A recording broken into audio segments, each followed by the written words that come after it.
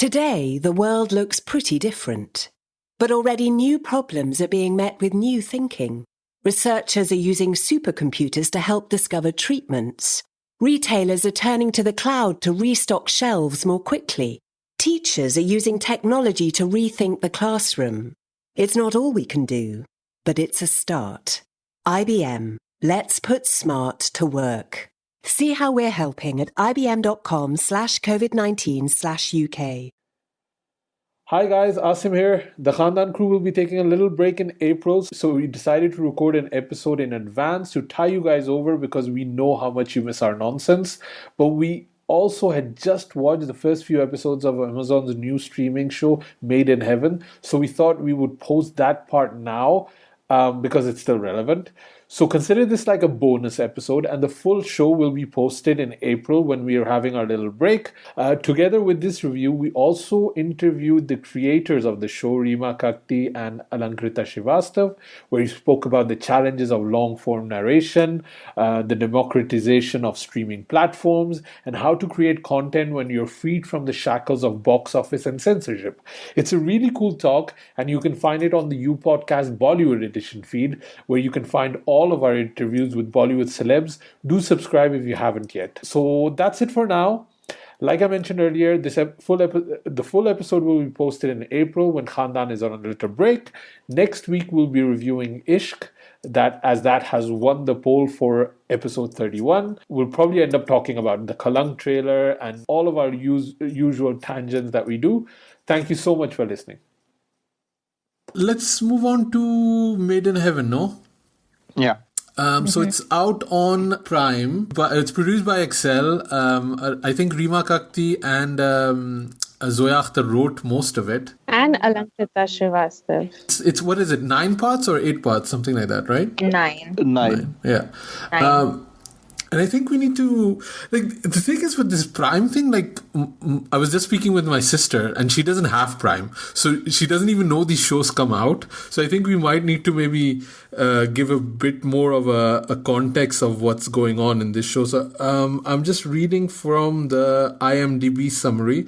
It is the story of 2 wedding planners in Delhi, where tradition jostles with modern aspirations against the backdrop of big fat Indian weddings revealing many secrets and lies.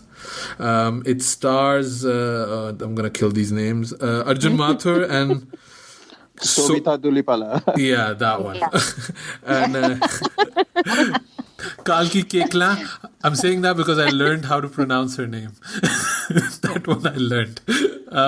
So guys, we got sent the screeners early, but we were all too lazy to actually watch them. So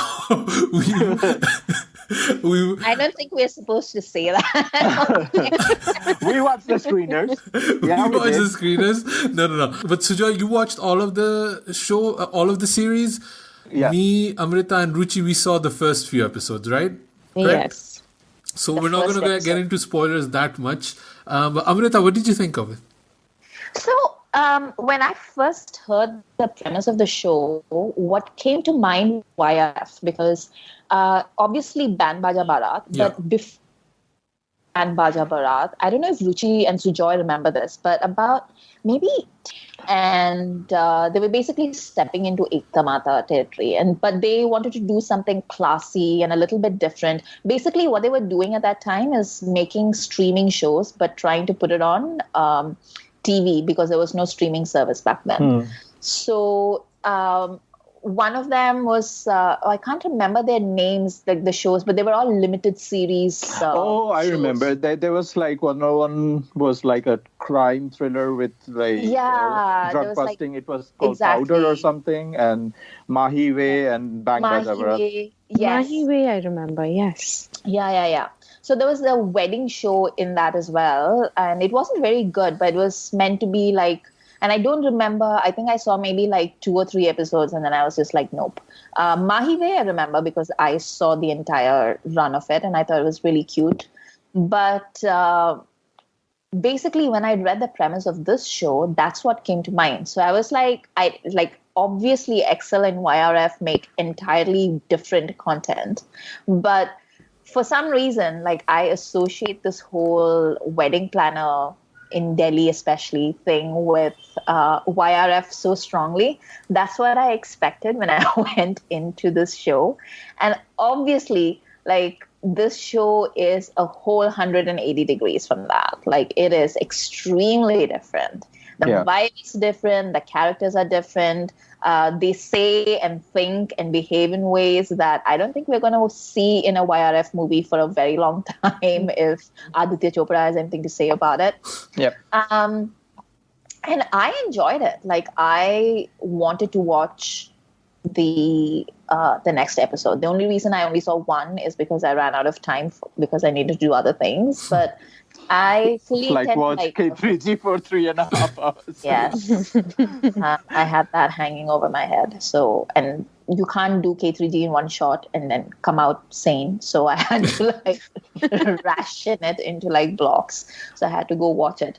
But I fully intend to like finish the series, I think.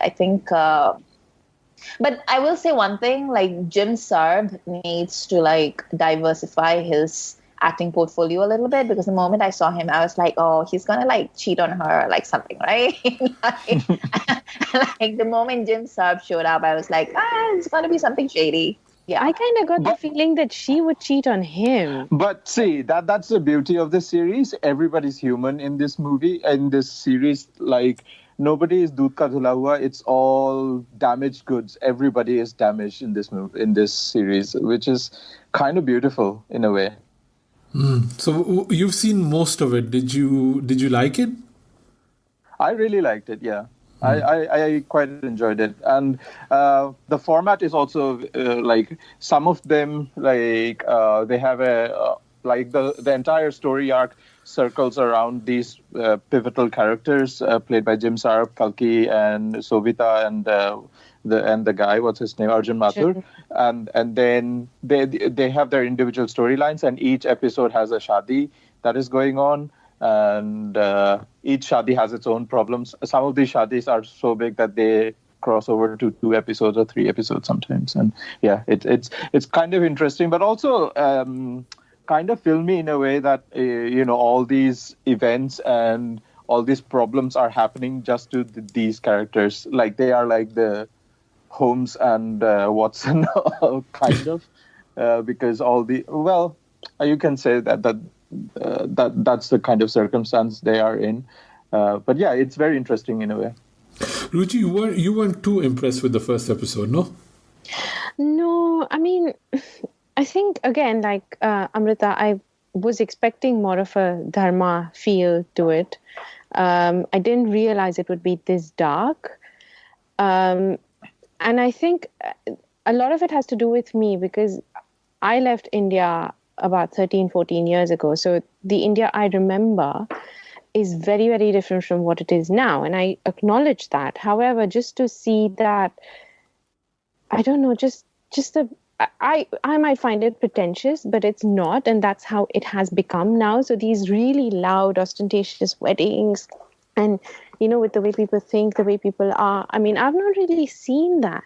So a lot of my judgments are quite personal. They might not necessarily be, what it is, I suppose. I don't know if that makes any sense.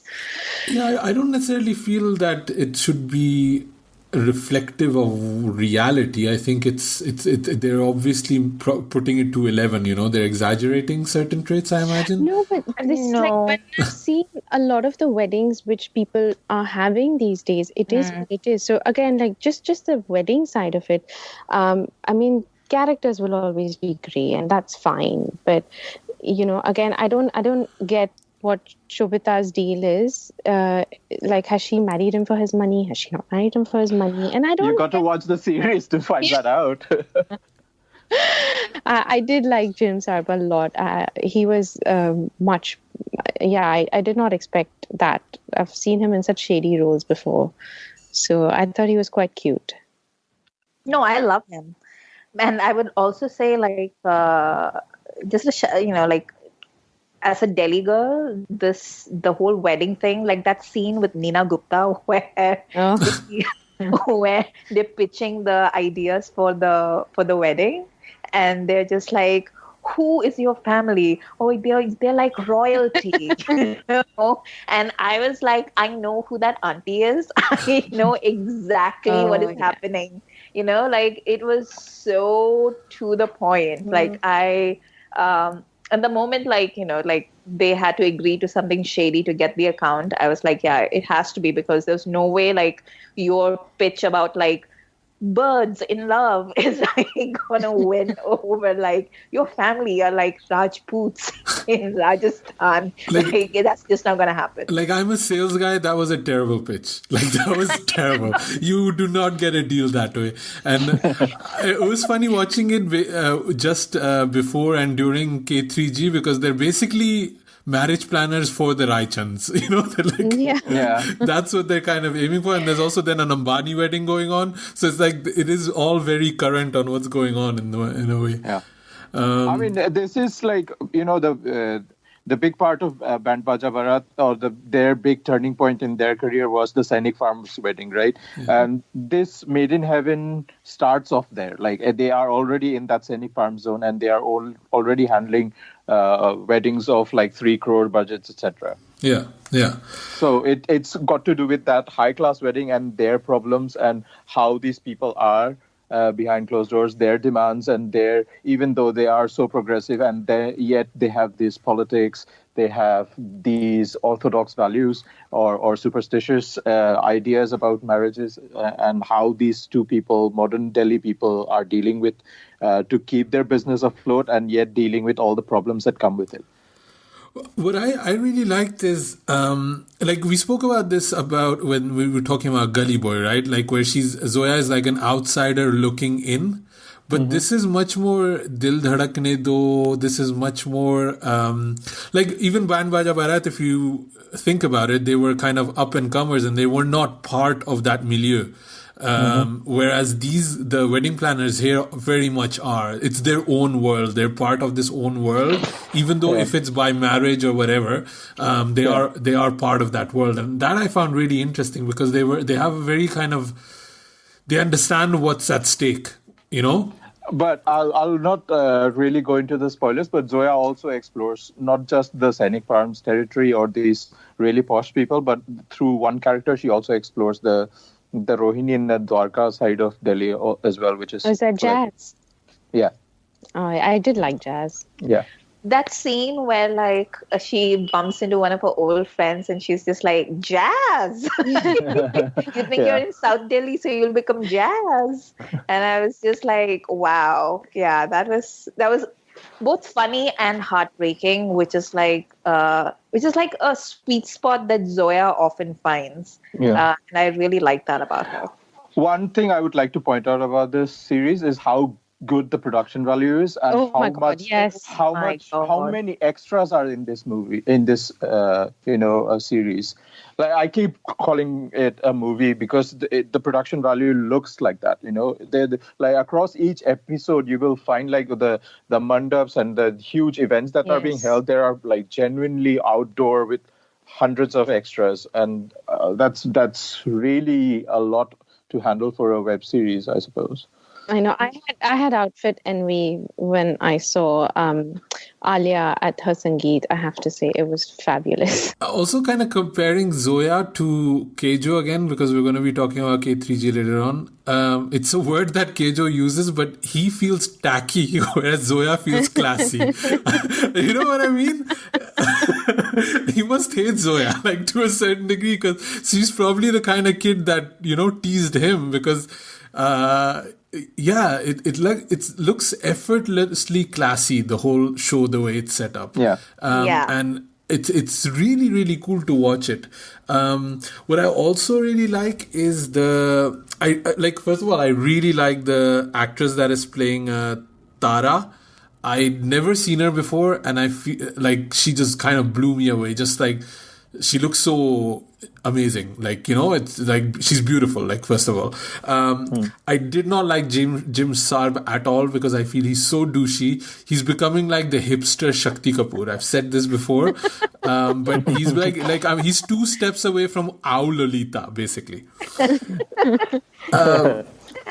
And I do also like the whole the character of Karan, who is hiding his sexual. He's a gay character, and he's hiding it from his family. At least in the first few episodes, that aspect is quite. I would say bold for like a mainstream Indian content, right? Like. I mean, I've not seen it too far. I've just seen the first 2 episodes, but I found it quite refreshing the way it's done. It's quite cool, laid back, but there's still this threat that, people might discover what's going on, or even his landlord might discover, and these issues that are probably, they still exist in a lot of countries. So I thought it had that good balance in a way. It was, that scene where like the landlord's wife is freaking out because he always has so many guys over. And she says like, "Ghar mein jawan beti hai, why aren't you afraid?" And you just laugh because like, it's these tiny things that Zoya just excels in, like part of the fun. I've only seen the first episode, but I got the feeling that Vinay Pathak was hitting on me because he's like, that I'll take you for a drive. Right? I also think Vinay Pathak is in the closet, so I don't know. Yeah. Maybe Joy can tell us after we're done recording. But I also had that feeling, by the way. I was not impressed with the Shashank Arora at all. I didn't like that character at all. Was that the photographer? Yeah. The guy with the camera, he's a major douche. Like not just as part of the show, but as a physical appearance entity. He's just, and he plays this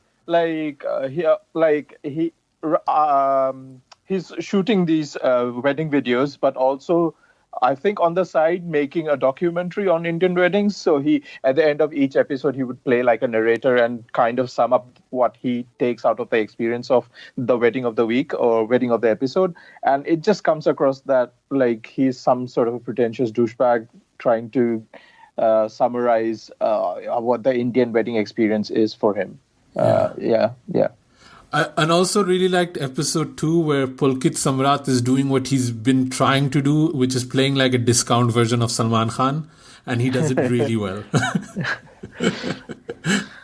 I think, I'm definitely going to be watching the rest of the season, and as soon as I do, we'll probably talk about it a little bit more when we can get into spoilers. Amrita, Ruchi, you guys interested in watching the whole thing, or are you done with the pilot and you feel that's enough, you've seen enough?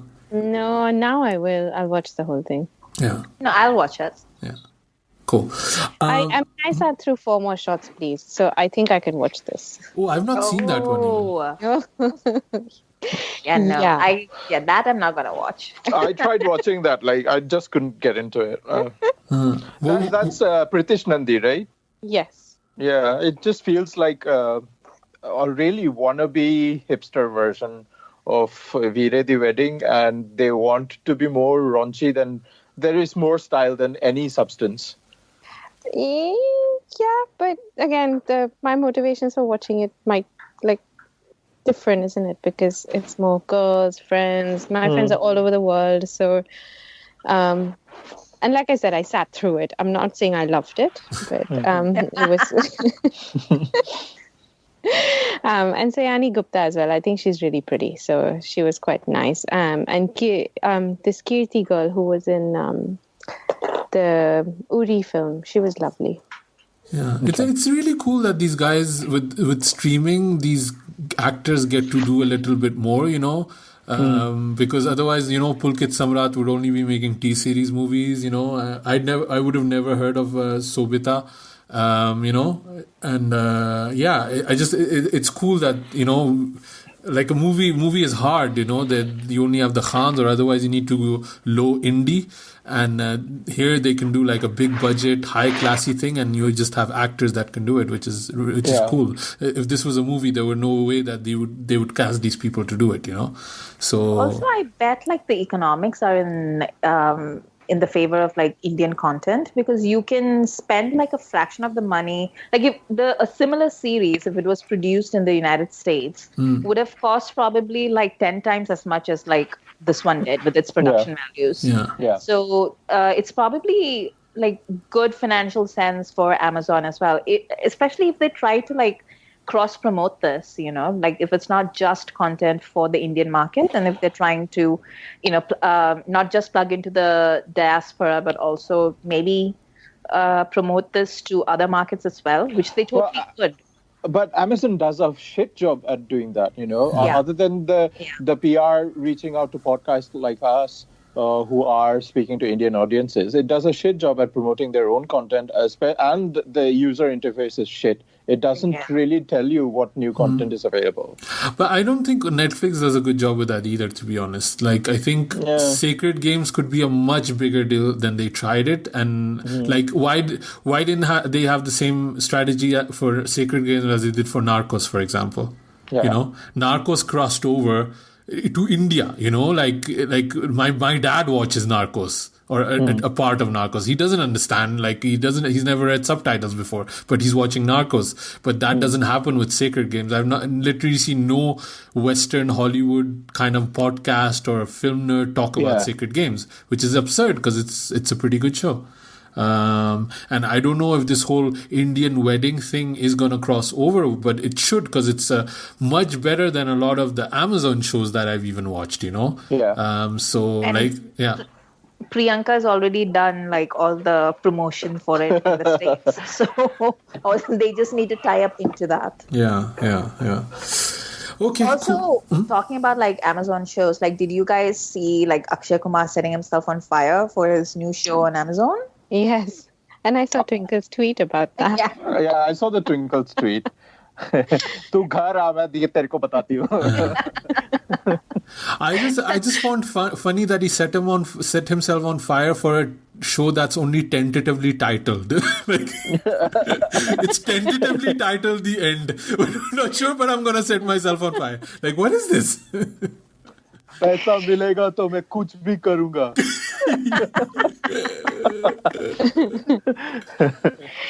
मैं तेरे वास्ते नाची रे.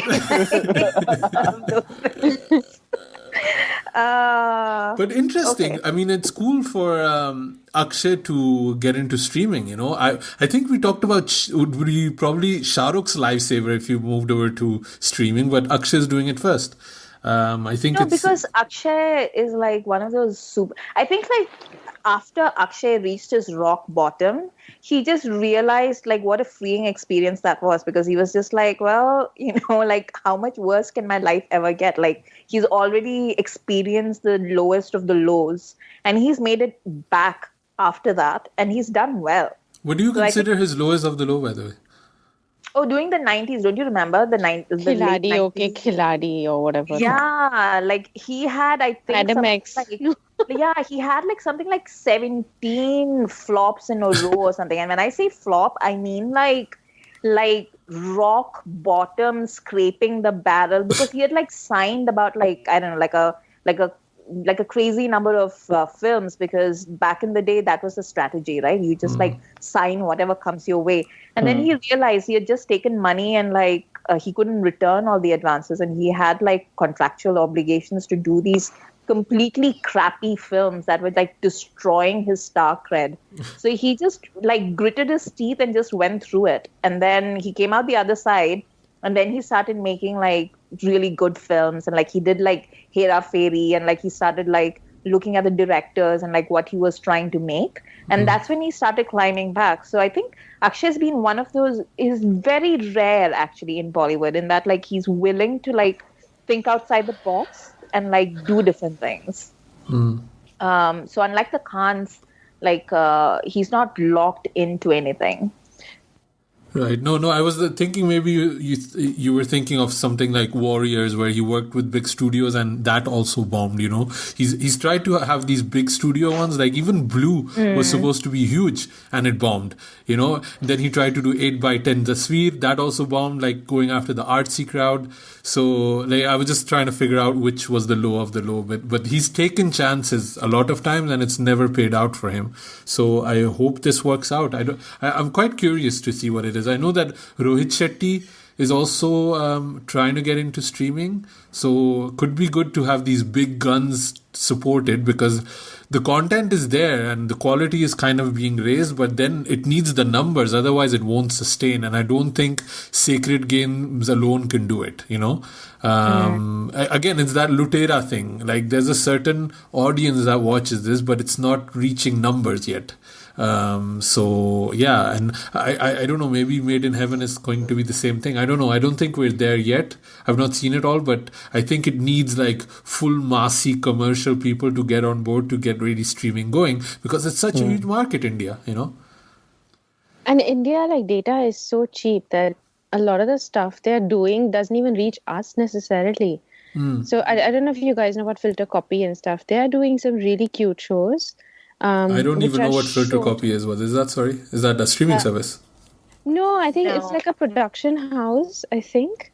There's like a bunch of like online like production houses that only produce digital content.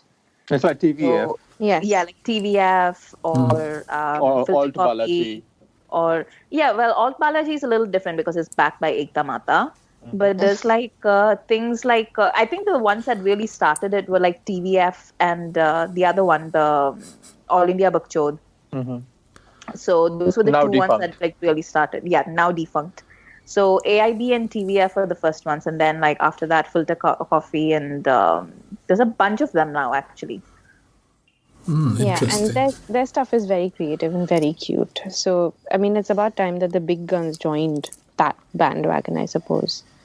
Funnily, I was watching Zakir Hussein's stand-up news. Zakir stand-up on Prime. Zakir Khan? Yeah, sorry. Right. I was like, Zakir Hussain ke table kaam nahi kar rahi, starting comedy. I was like, Zakir Hussain does stand-up. Yeah, he's got good comic timing. Arey huzur baat taj boliye. But it was funny. Oh, by the way, I only lasted 20 minutes of Zakir Khan. I switched it off, but it was funny because Made in Heaven believes the wedding should celebrate the couple. The theme should tell their story. Love, Birds, roses and skies, pink and blue. blush and sparkle. This is your wedding. Welcome to the Parivar. Oh my God! I love it. I'm ready.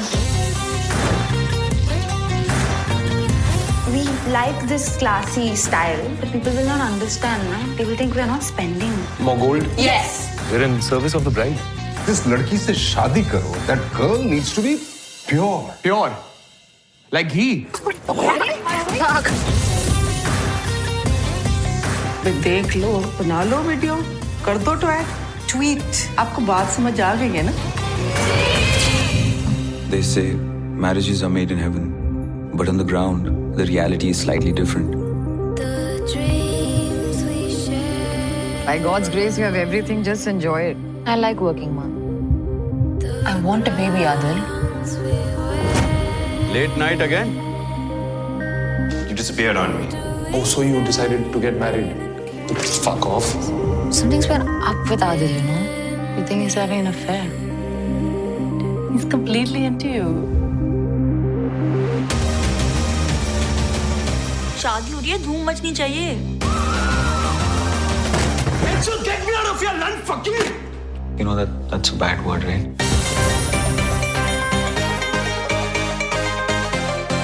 They haven't treated me with any respect. Eventually, they're going to die, babe. And all that money is yours. 5,000 crores. Don't be an idiot. मैं सिर्फ वो करना चाहता हूँ जो हमारा काम है. Design, venue, catering.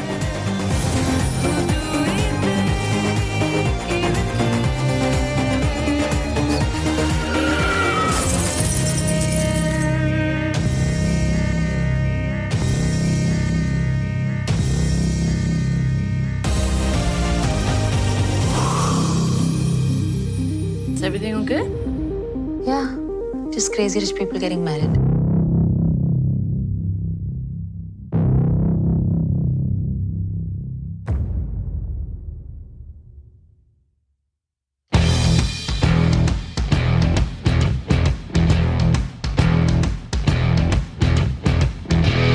Today, the world looks pretty different. But already new problems are being met with new thinking. Researchers are using supercomputers to help discover treatments. Retailers are turning to the cloud to restock shelves more quickly. Teachers are using technology to rethink the classroom. It's not all we can do, but it's a start. IBM, let's put smart to work. See how we're helping at ibm.com/COVID19/UK.